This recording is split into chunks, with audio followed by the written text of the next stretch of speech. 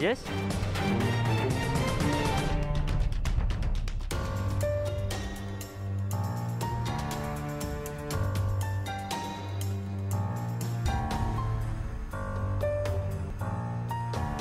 या super singer या.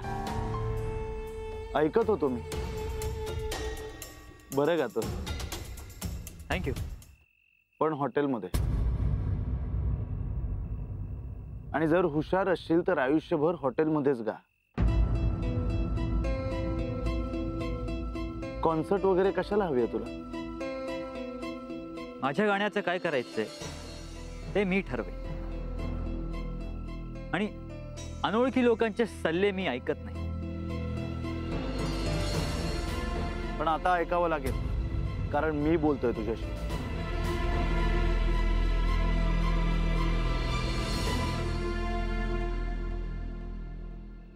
आणि तू कोण? एनिवे, आज पार्टी सुरू आहे आणि माझी माणसं माझी वाट बघतात. And for your kind information, तुझ्यासारख्या अनोळखी लोकांसाठी माझ्याकडे वेळ आणि इंटरेस्ट दोन्ही नाही.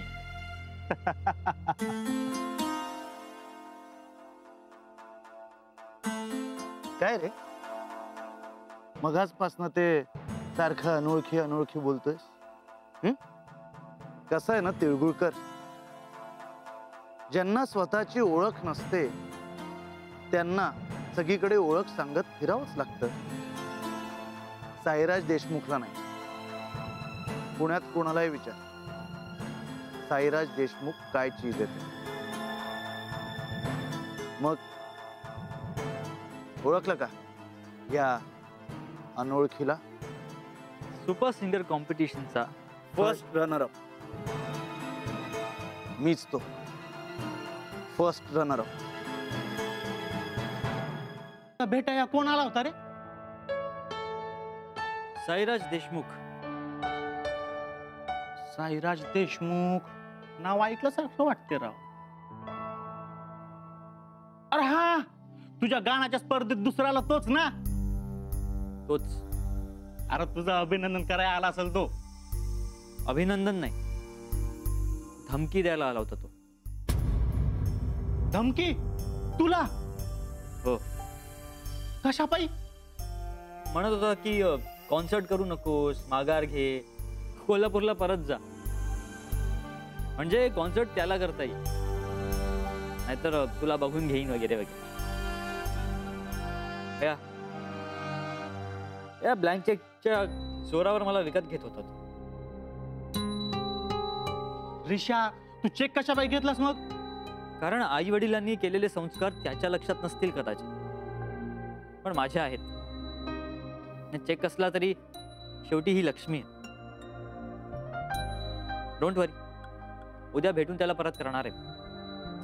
चल रिशा, जरा जपून यार.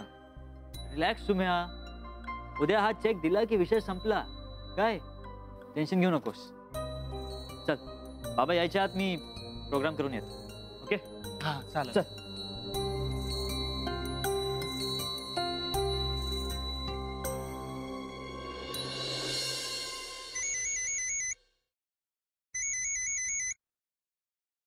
डॅड.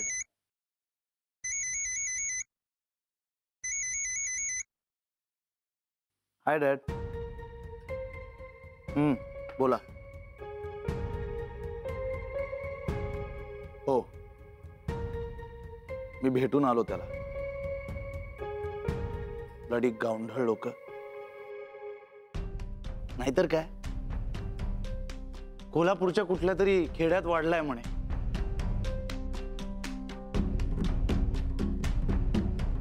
अहो डॅड, उलट मीच त्याच्या तोंडावर चेक फेकून आलोय. डॅड, तुम्हाला तेवढ्यासाठी मुंबईवरून इथे यायची काहीच गरज नाहीये. Relax dad. Dad relax. त्याला बघूनच ओळखलंय मी. असलं संस्कारी गुणी बाळ माझ्यासमोर अजिबात टिकणार नाही. त्याला समज द्यायला मी एकटाच पुरेसा आहे. Don't worry, but mark my words, या कॉन्सर्ट मध्ये फक्त आणि फक्त साईराज देशमुखच गाणार.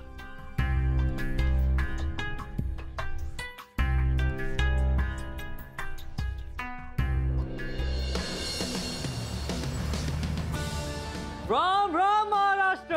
आभास की भास, एकता जगण्याचा खरा टाइमपास या प्रोग्राम मध्ये मी आभास पुन्हा एक तुमचं स्वागत करतो. मला असं म्हणतात की आनंद आपल्या माणसांसोबत आपण शेअर केला तर तो आनंद द्विगुणित होतो, डबल होतो. आपल्याला आयुष्यात आनंद सेलिब्रेट करायला हवा. सेलिब्रेट म्हटल्यावर तुम्ही म्हणाल की त्यात सगळ्यांना बोलावणं आलं, मग ते घरी करायचं की बाहेर, मग बाहेर करायचं तर hall booking, decoration, caterer. Oh my God. दरवेळेस असा इव्हेंट करणं म्हणजे सेलिब्रेशन का? नो, नाही. तुमची परीक्षा संपली की आईने तुमच्यासाठी तुमच्या आवडीची खीर बनवणं हे सेलिब्रेशन. बाबांनी दर महिन्याच्या पगाराबरोबर खर्चांसाठी काहीतरी खायला आणणं हे सेलिब्रेशन. दर रविवारी तुम्ही तुमच्या भावा बहिणी बरोबर केलेली मज्जा मस्ती म्हणजे सुट्टीचं सेलिब्रेशन. मॅच जिंकल्यावर सगळ्या टीमने पैसे जमा करून खाल्लेलं आईस्क्रीम हे सेलिब्रेशन. छोट्या छोट्या गोष्टींचे छोटे छोटे सेलिब्रेशन आपल्याला मोठा आनंद तर देतातच, पण ऍट द सेम टाइम ते तुम्हाला अजून चांगलं काम करायला इन्स्पायर करतात. वेल, मला असं वाटतं, म्हणजे आभासला असं वाटतं की आपल्या जवळच्या व्यक्तीचं कौतुक करणं इम्पॉर्टंट. त्यासाठी आपण एखादी मोठी लॅविश पार्टी नाही दिली तरी चालेल, पण एक चॉकलेट तो बनता है मेरे दोस्त. कारण की शेवटी पार्टी नाही, फिलिंग्स महत्वाच्या आहेत. क्या समझे? पार्टी नाही, फिलिंग्स महत्वाच्या आहेत. नीतू, अगं कशी झाली नीतू? काय मग कशी झाली पार्टी? सगळं जाऊ दे. तू कशी आहेस? औषधं घेतलीस तू? हो.